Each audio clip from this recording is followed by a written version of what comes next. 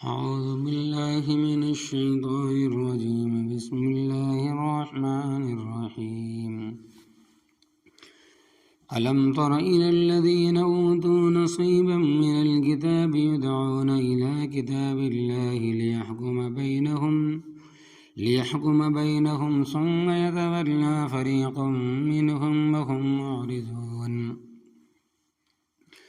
ذلك بأنهم قالوا لن تمسنا النار إلا أياما معدودات وغرهم في دينهم ما كانوا يفترون.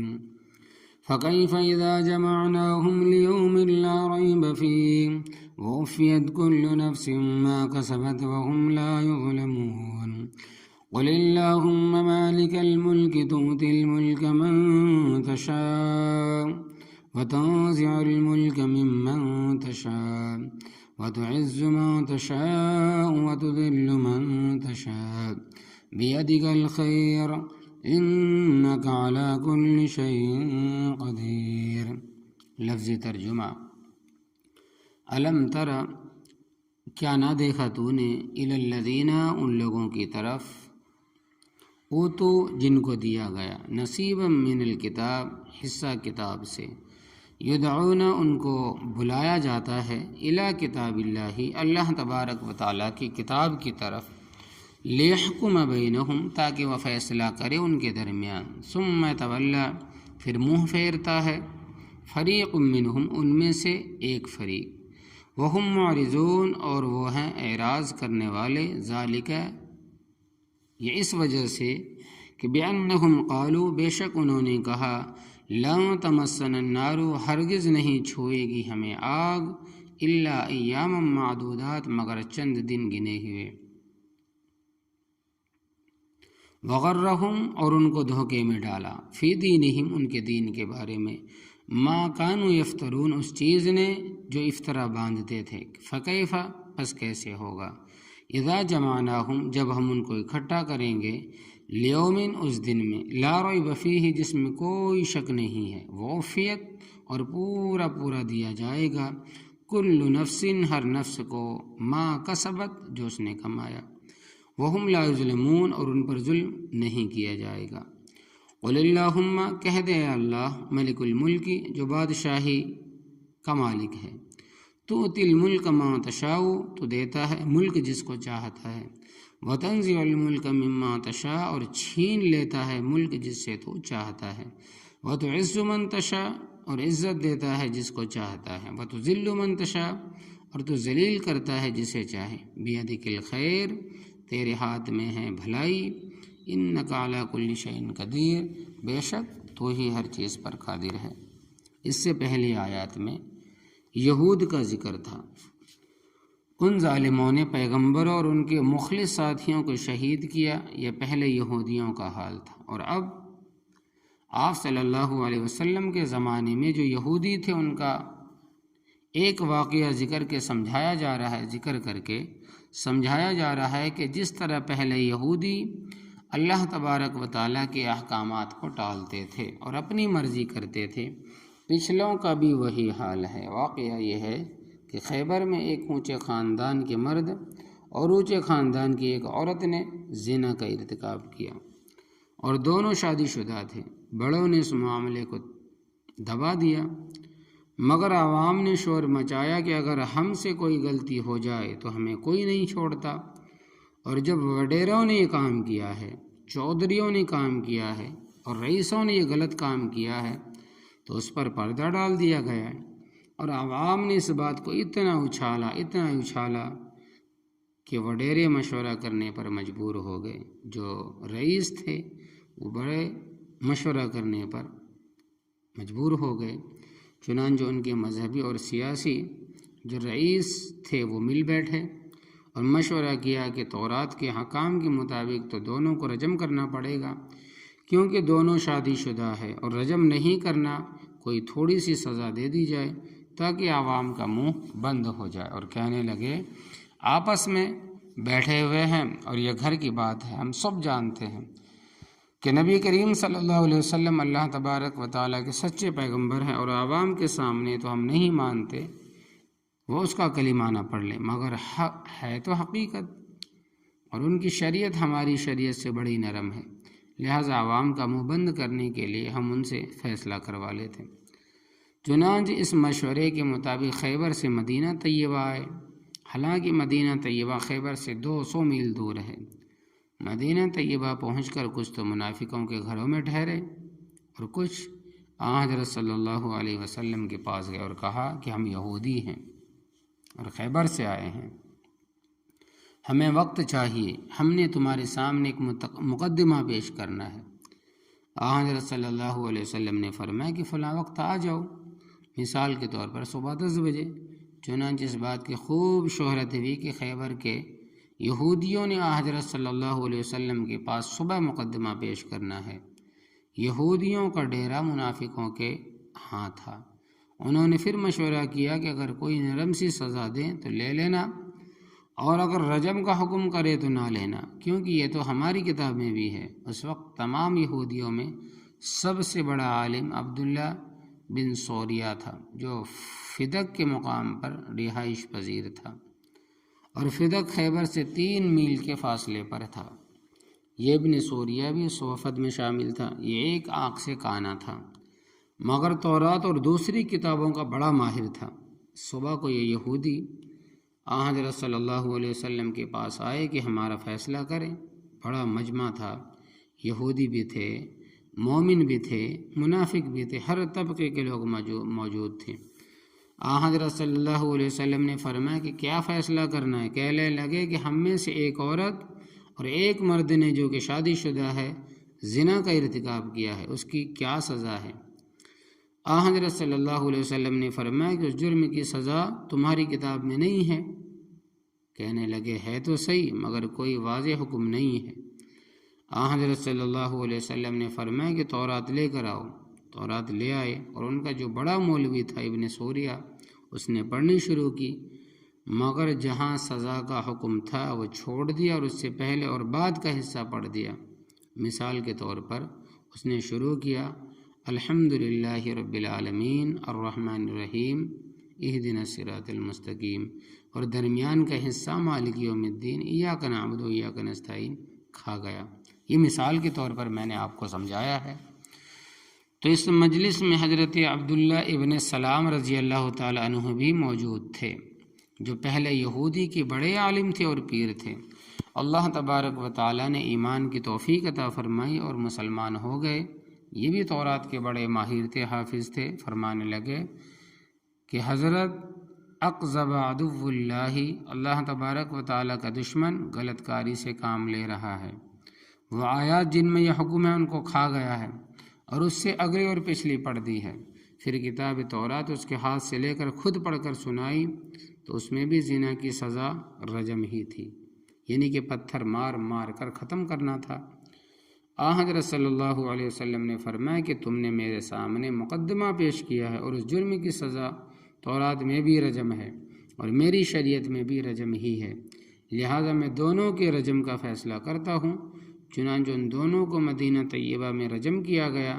تو جب وہ فیصلہ لے کر آئے تھے، ان کو حضرت صلی اللہ علیہ وسلم نے فرمایا تھا کہ تمہارے پاس اللہ تبارک و تعالیٰ کی کتاب تورات ہے، اس کے مطابق فیصلہ کر لو۔ تو انہوں نے کہا تھا کہ اس کو چھوڑو، تم ہمیں اپنی شریعت کے مطابق فیصلہ دو۔ اس کا ذکر ہے کہ علم تر الی الذین اوتوا نصیبا من الکتاب، کیا نہ دیکھا تو نے ان لوگوں کی طرف جن کو دیا گیا حصہ کتاب سے، یدعون الی کتاب اللہ، ان کو بلایا جاتا ہے اللہ تبارک و تعالیٰ کی کتاب کی طرف، کہ تورات بھی اللہ تبارک و تعالیٰ کی کتاب ہے، اس پر فیصلہ کر لو۔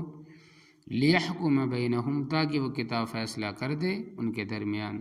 ثم یتولی فریق منہم، پھر منہ پھیرتا ان میں سے ایک فریق، وہم معرضون، اور وہ ہیں اعراض کرنے والے۔ حالانکہ تورات ان کی مرکزی کتاب تھی، مگر انہوں نے اس سے گریز کیا کیونکہ اس میں رجم کا حکم تھا، لیکن رجم سے پھر بھی تو نہ بچ سکے۔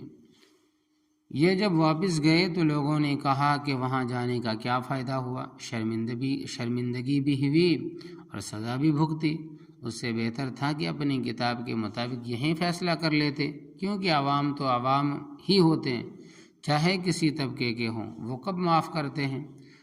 تو جو وڈیرے تھے، جو رئیس تھے، کہنے لگے کہ کوئی بات نہیں، ہم گناہ کریں گے بھی تو 7 دن یا 40 دن دوزخ میں رہیں گے، پھر نکل آئیں گے۔ بقول ان کے 7 دن اس واسطے کہ دنیا کی کل زندگی 7000 سال ہے، اور ہر سال کے بدلے میں 1 دن دوزخ میں رہیں گے۔ اور 40 دن کا نظریہ اس واسطے بنائے کہ ہمارے بڑوں نے 40 دن بچھڑے کی پوجا کی تھی، لہٰذا اس جرم کی وجہ سے ہم 40 دن دوزخ میں رہیں گے، پھر باہر نکل آئیں گے۔ یہ عجیب بات ہے کہ بچھڑے کی پوجا وہ کرے اور سزا تم بھگتو، جرم کوئی کرے اور بھگتے کوئی۔ اور اس کے برعکس عیسائیوں نے یہ نظریہ اپنا لیا ہے کہ عیسیٰ علیہ الصلوۃ والسلام ہمارے منجا ہے، وہ ہماری طرف سے سولی پر لٹکا دیے گئے اور ہمارے گناہوں کا کفارہ کر کے گئے۔ بھائی عجیب بات ہے کہ گناہ تم کرو 2000 سال بعد اور وہ سولی پر لٹک جائیں 2000 سال پہلے، یہ کیسا مسئلہ، کیا مسئلہ؟ اللہ تبارک و تعالیٰ نے قرآن پاک میں اس گندے عقیدے کی تردید فرمائی۔ ارشاد باری تعالیٰ ہے کہ لا تزر وازرۃ وزر اخری، کوئی کسی کا بوجھ نہیں اٹھائے گا، ہر ایک نے اپنے کیے کا بھرنا ہے۔ اللہ تبارک و تعالیٰ فرماتے ہیں کہ میرے احکامات سے اس واسطے اعراض کرتے ہیں کہ بِأَنَّهُمْ قَالُوا، بے شک کہتے ہیں کہ لن تمسنا النار الا ایاما معدودات، ہرگز نہیں چھوئے گی ہمیں دوزخ کی آگ مگر چند دن گنے ہوئے، کہ 7 دن یا بعض کے نزدیک 40 دن۔ اللہ تبارک و تعالی نے تردید فرمائی ہے کہ فرمایا وغرہم فی دینہم ما کانوا یفترون، اور ان کو دھوکے میں ڈالا ان کے دین کے بارے میں اس چیز نے جو افطرا باندھتے تھے۔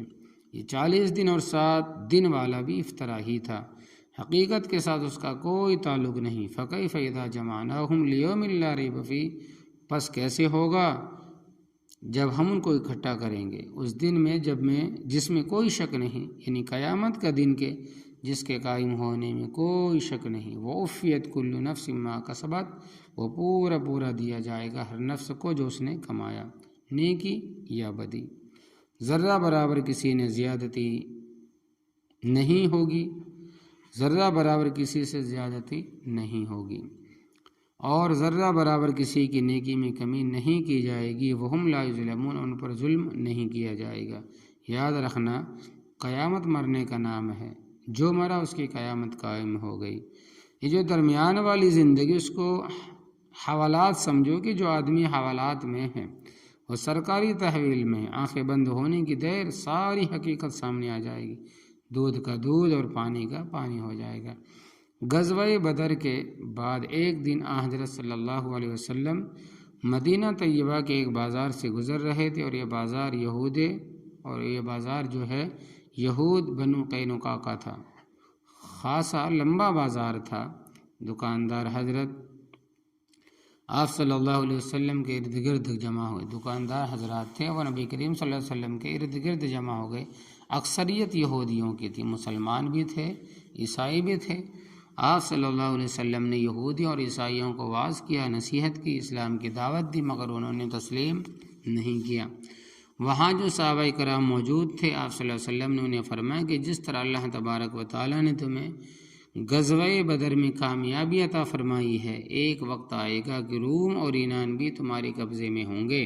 اس وقت بڑی حکومتیں 2 ہی تھی، ایک ایران جس کے بادشاہ کا لقب کسریٰ ہوتا تھا، اور دوسری روم کی حکومت تھی جس کے بادشاہ کا لقب قیصر ہوتا تھا۔ باقی سب ان 2 کے ساتھ ملے ہوئے تھے۔ یہ خلیج فارس کی جتنی حکومتیں ہیں، Abu Dhabi, Muscat, Bahrain, Doha وغیرہ، یہ سب ایران کی ماتحت تھی۔ تو جب آپ صلی اللہ علیہ وسلم نے فرمایا کہ ایک وقت آئے گا اللہ تبارک و تعالیٰ تمہیں روم پر بھی فتح عطا فرمائے گا، اور ایران پر بھی، تو یہودیوں نے بھنگڑا ڈالا، ناچنا شروع کر دیا، مذاق اڑایا، کہنے لگے اے محمد صلی اللہ علیہ وسلم، تجھے مکہ مکرمہ کے نہ تجربے کار لوگوں پر کامیابی حاصل ہوئی جو لڑائی کے فن کو نہیں جانتے تھے، اب تجھے ایران اور روم کے فتح کرنے کی خواہش ہو رہی ہے۔ وہ بڑی منظم حکومتیں ہیں، اور اس میں کوئی شک نہیں کہ ظاہری طور پر وہ بڑی منظم اور طاقتور حکومتیں تھیں۔ صرف جنگ یرموک کو دیکھ لو، جس کا آغاز حضرت ابوبکر صدیق رضی اللہ تعالیٰ عنہ کے دور میں ہوا، اور اختتام حضرت عمر رضی اللہ تعالیٰ عنہ کے دور میں ہوا۔ اس جنگ میں مسلمانوں کی تعداد 45,000 تھی اور مقابلے میں رومیوں کی 7 لاکھ فوج تھی۔ اس جنگ میں 3,000 مسلمان شہید ہوئے اور 1,30,000 رومی مارے گئے اور باقی بھاگ گئے۔ تو اس سے اندازہ لگاؤ کہ کتنی منظم اور طاقتور حکومتیں تھیں۔ اور عیسائیوں نے بھی ایک دوسرے سے کہا، تمہیں معلوم ہے کہ انہوں نے ابھی ایران اور روم کو فتح کرنا ہے۔ اس موقع پر یہ آیت نازل ہوئی، فرمایا قل اللہم مالک الملک، آپ کہہ دیں اے اللہ جو بادشاہ ہی کا مالک ہے، تؤتی الملک من تشاء، تو دیتا ہے ملک جس کو چاہتا ہے، وتنزع الملک ممن تشاء، اور چھین لیتا ہے ملک جس سے تو چاہتا ہے۔ تو مالک ہے، تو رب ہے۔ دیکھو ایک دفعہ گلیڈن سٹون نے، جو کہ برطانیہ کا وزیر اعظم تھا اور اتنا سخت آدمی تھا کہ وہ اس کو مرد آہن کہتے تھے، دارالعوام میں تقریر کی اور ہندوستانیوں کو ڈراتے ہوئے کہا کہ ہمارے ساتھ نہ ٹکرانا، ہمارے پاس اتنی قوت اور طاقت ہے، اگر آسمان بھی ہمارے اوپر گرنا چاہے تو ہم اسے سنگینوں کی نوکوں پر تھام لیں گے۔ لیکن اس کے کچھ عرصے بعد حالات ایسے پیدا ہوئے کہ مجبوراً انہیں ہندوستان چھوڑنا پڑا، اگرچہ ان کا ارادہ نہ تھا۔ اور یہ برطانیہ کہ جس کی حکومت میں سورج نہیں ڈوبتا تھا، بالآخر سمٹ کر جزیرے میں بند ہو کر رہ گیا۔ اسی طرح ایران کے بادشاہ رضا شاہ پہلوی کا حال ہوا۔ وہ اس علاقے میں امریکہ کا تھا، وہ اس علاقے میں امریکہ کا تھانے دار تھا، اس کے مفادات کا محافظ تھا۔ فرماتے ہیں کہ پاکستان بننے کے تقریباً 2-3 سال بعد کا واقعہ ہے کہ ہمارے صحافیوں میں سے کسی نے یہ تحریر کیا کہ شاہ ایران نے یہ کہا ہے کہ تو ایرانی سفارتکاروں سے صحافی کو نوٹس بھیجا اور یہ نوٹس باقاعدہ اخبارات میں چھپا کہ تم نے ہمارے بادشاہ کو شاہ ایران لکھ کر اس کی توہین کی۔ وہ شاہ ایران نہیں بلکہ شہنشاہ ایران ہے، لہٰذا یا تو معذرت کرو اور اپنی غلطی کا اعتراف کرو، یہ مقدمہ کے لیے تیار ہو جاؤ۔ چنانچہ اخبارات والوں نے معافی مانگی کہ ہم سے غلطی ہو گئی، ہم آئندہ شہنشاہ ایران لکھیں گے۔ اور یاد رکھنا پاکستان میں 2 سفارت خانے بہت تیز ہیں، اور انڈیا میں بھی ہے، ایک امریکہ کا اور دوسرا ایران کا۔ اتنا تیز اور کسی ملک کا سفارت خانہ نہیں۔